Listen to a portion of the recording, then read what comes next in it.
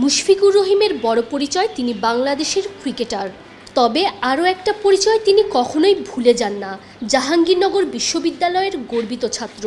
অবশেষে প্রিয় বিশ্ববিদ্যালয়ের ছোট ভাইবোন আর আহত শিক্ষকদের নিয়ে পোস্ট করেছেন মুশফিক। জাহাঙ্গীরনগর বিশ্ববিদ্যালয়ের একজন ছাত্র হিসেবে আমি আমার ভাই বোনদের ওপর আর কোনো সহিংসতা দেখতে চাই না। আমার শিক্ষকরা যার অতুলনীয় সাহস দেখিয়ে তাদের ছাত্রছাত্রীদের রক্ষা করতে গিয়ে আহত হয়েছেন, তাদের প্রতি অটল শ্রদ্ধা।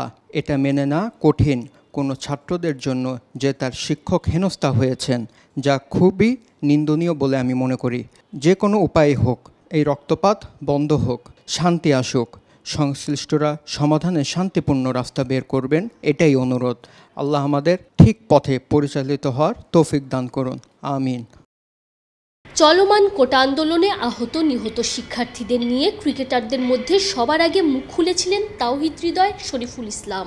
হৃদয় শরীফুলের পথে অনুসরণ করলেন বন্ধু তানজিম হাসান সাকিবও, তবে খানিকটা অভিনব কায়দায়।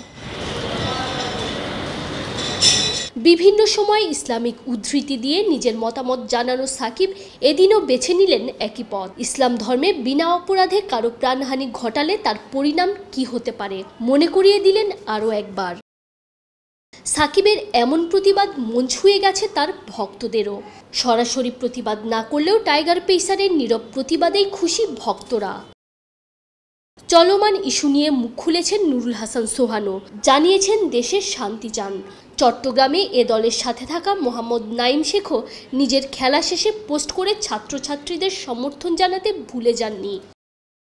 তানজিম হাসান সাকিবের আরেক ব্যাচমেট বন্ধু মোহাম্মদ মৃত্যুঞ্জয় চৌধুরীও প্রতিবাদের পথ বেছে নিয়েছেন সাকিবের রাস্তাতেই। দেশের ঘরোয়া লিগের ক্রিকেটারদের মধ্যে সুমন খান, ইয়াসিন আরাফাতরাও যার যার মতো করে সমর্থন জানিয়েছেন। অবশ্য নাজমুল হোসেন শান্ত মঙ্গলবার একটা রহস্যময় পোস্ট করেছিলেন। তার পোস্টের অর্থ নিয়ে অনেক ভিন্ন ভিন্ন মত থাকলেও অনেকেই নীরব প্রতিবাদ হিসেবেই মেনে নিয়েছেন। তবে চলমান আন্দোলনে শিক্ষার্থীদের নিরাপত্তার আবেদন জানিয়ে সবার আগে ইনস্টাগ্রাম স্টোরি দিয়েছিলেন জাতীয় দলের ফুটবলার শেখ মুরসালিন। তানজিম ঐশী, অলরাউন্ডার।